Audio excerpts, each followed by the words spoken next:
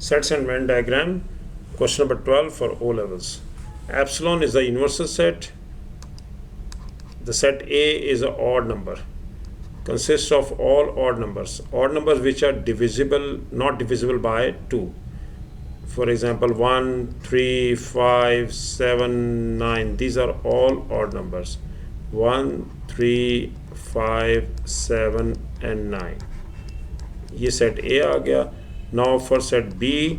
Set B is the multiple of 3. Multiple of 3. 3 का table आप देखेंगे. Table 3 which are divisible by 3. 3 1 the 3, 3 2 the 6 and 3 to the 9. There are only 3 elements, 3, 6 and 9.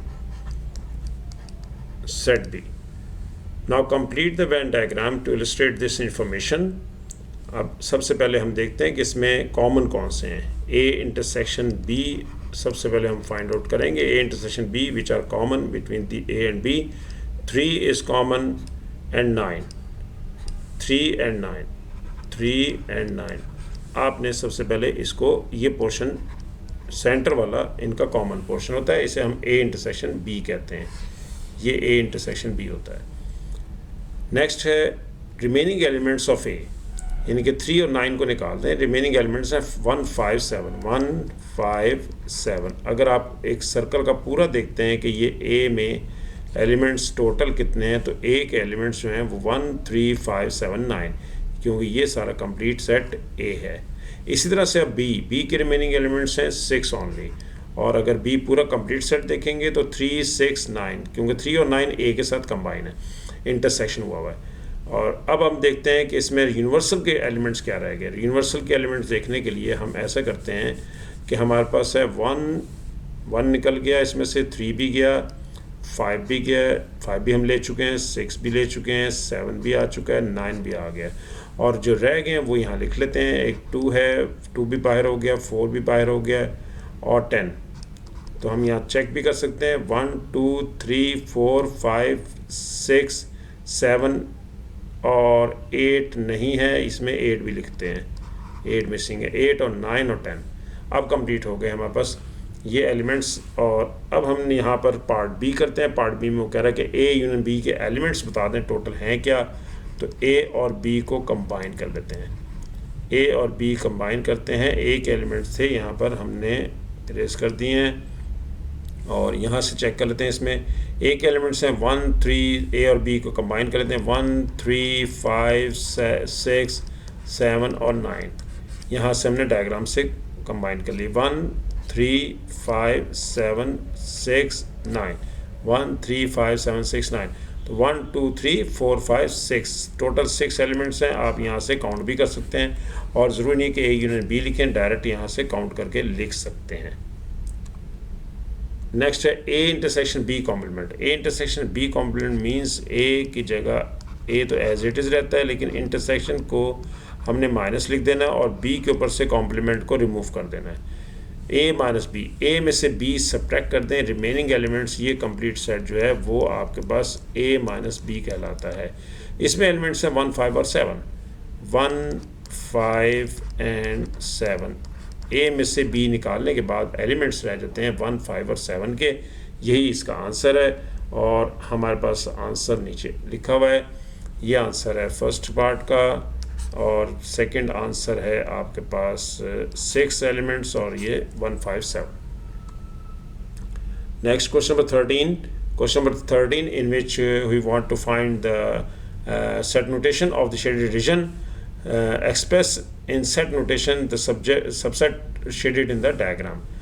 हम सबसे पहले देखते हैं कि A यूनियन B क्या है. A यूनियन B शेड कर लेते हैं. पहले ये देखें A union B complete set A और B का यूनियन, ये हमने शेड कर लिया A यूनियन B. लेकिन A यूनियन B और A यूनियन B और हमारे पास है एक सेट C सेट के साथ इसका इंटरसेक्शन अगर जब हम लेते हैं तो इसका मतलब ये हुआ कि इनमें कॉमन पोर्शन सिर्फ ये रह जाता है शेड. ये C के साथ इंटरसेक्शन कॉमन ये है, ये C है. लेकिन अगर इनमें कॉमन पोर्शन देखेंगे तो C का कॉमन पोर्शन सिर्फ ये है. सी के साथ, ये सी के साथ कॉमन पोर्शन है। तो A union B intersection C, ये इसका आंसर है कि सी और ए यूनियन बी का इंटरसेक्शन क्या था, वो ये पोर्शन हमारे पास आ गया। दूसरा तरीका ये है कि अगर आप ए और सी का इंटरसेक्शन ले लें, ये देखें, अगर ए और सी का इंटरसेक्शन ले लें, ये इंटरसेक्शन सी आ जाएगा, और बी इंटरसेक्शन सी भी ले लें, ये बी इंटरसेक्शन सी आ जाएगा, और फिर इन दोनों का यूनियन कर दें,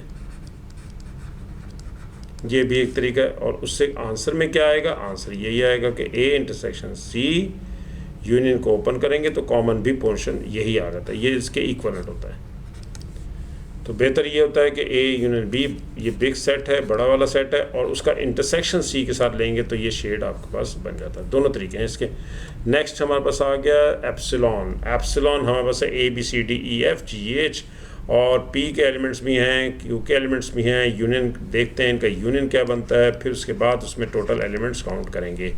ए बी सी कॉमन और अनकॉमन दोनों आते हैं। कॉमन बी है इसमें और सी भी कॉमन है, ये वन टाइम आएगा। बी और सी जो कॉमन होगा वो वन टाइम आएगा, अनकॉमन भी आएगा, डी ई एफ अनकॉमन है वो भी आएगा। तो 1 2 3 4 5 6 टोटल एलिमेंट्स इसमें 6 हैं, यही इसका आंसर हमारे पास आना था। नेक्स्ट है P complement intersection Q. P complement intersection Q को आप इंटरचेंज कर सकते हैं। आप पहले क्यू लिख लें, इंटरसेक्शन पी कॉम्प्लीमेंट लिख लें, क्यू माइनस, क्योंकि इंटरसेक्शन को चेंज कर देंगे नेगेटिव में, और पी के ऊपर से कॉम्प्लीमेंट निकाल देंगे, हटा देंगे। क्यू में से पी माइनस करें।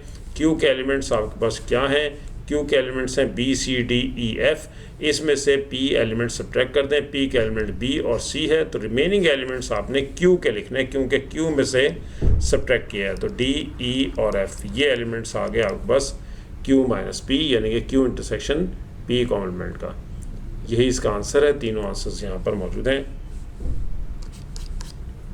पास पेपर्स के क्वेश्चंस हैं। Question number 14 sets and Venn diagram का। Use set notation to describe the shaded subset in the Venn diagram. जो शेड दिखाई दे रहा है उसका आपने बताना है कि वो क्या है। तो हमें साफ दिखाई दे रहा है कि पहले हम पी इंटरसेक्शन क्यू लेते हैं। अगर suppose P intersection Q, P intersection Q ये पोर्शन पी इंटरसेक्शन क्यू का है, पी इंटरसेक्शन क्यू का पोर्शन है, और इसमें से सब्ट्रैक्ट किसको किया है, देखें सब्ट्रैक्ट कर रहा है आर को। आर का कुछ हिस्सा इसके साथ कंबाइन हुआ था, आर को माइनस कर दिया, आर निकाल दें। अब अगर आर सब्ट्रैक्ट कर देंगे तो हम इसे सेट नोटेशन में जो कन्वर्ट करेंगे तो इसके डिफरेंस को हम इंटरसेक्शन ले लेते हैं, और आने वाला सेट जो कमिंग सेट है उसका कॉम्प्लीमेंट हो जाता है। ये इसका आंसर हो गया। पी इंटरसेक्शन क्यू में से आर सब्ट्रैक्ट करने के बाद ये आंसर आ गया। नेक्स्ट हमारे पास है, यही इसका आंसर नीचे दिया हुआ है, पी इंटरसेक्शन क्यू और intersection R complement. Next question है लोएस्ट पॉसिबल नंबर बताना है students in the group. In a group of students 30 play cricket and 38 play football and 9 play neither cricket nor football. Find the lowest possible number of students in the group. Lowest possible number बताने हैं कि group में कितने हो सकते हैं। तो हम ऐसा करते हैं कि जो फुटबॉल वाले लोग हैं, फुटबॉल के ज़्यादा हैं, वो हैं 38। हम कहते हैं कि 30 क्रिकेट के भी प्लेयर जो हैं वो फुटबॉल भी खेलते हैं। ये 30 हैं उस प्ले क्रिकेट, और फुटबॉल के टोटल प्लेयर थे 38, तो रिमेनिंग 8 रह गए, यानी कि टोटल 38 फुटबॉल के हो गए। Number of elements in football वो 38 हो गए, और 30 क्रिकेट के हैं वो सबसेट बन गया।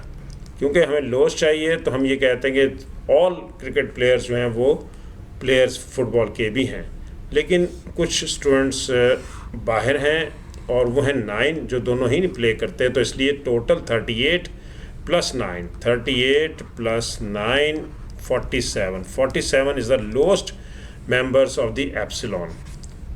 एप्सिलॉन के टोटल एलिमेंट्स आ गए मिनिमम 47, ये मिनिमम के लिए। अगर मैक्सिमम कहता तो हम फिर सेपरेट कर सकते हैं कि 30 क्रिकेट के सेपरेट कर देते हैं और 38 फुटबॉल के सेपरेट कर देते हैं और 9 बाहर हैं, ये हमारे पास मैक्सिमम बन जाएगा। 30 + 38 + 9 इन सब को हम ऐड कर देंगे, ये 68 + 9 77। लेकिन अब हमें मैक्सिमम नहीं कहा था, हमें मिनिमम रिक्वायरमेंट थी, तो इसलिए हमने इसका सबसेट ले लिया कि तमाम प्लेयर्स जो क्रिकेट खेलने वाले हैं वो फुटबॉल वाले भी हैं। यही इसका आंसर है और यही दोनों आंसर्स मौजूद थे। ये हमारा आज का लेक्चर था।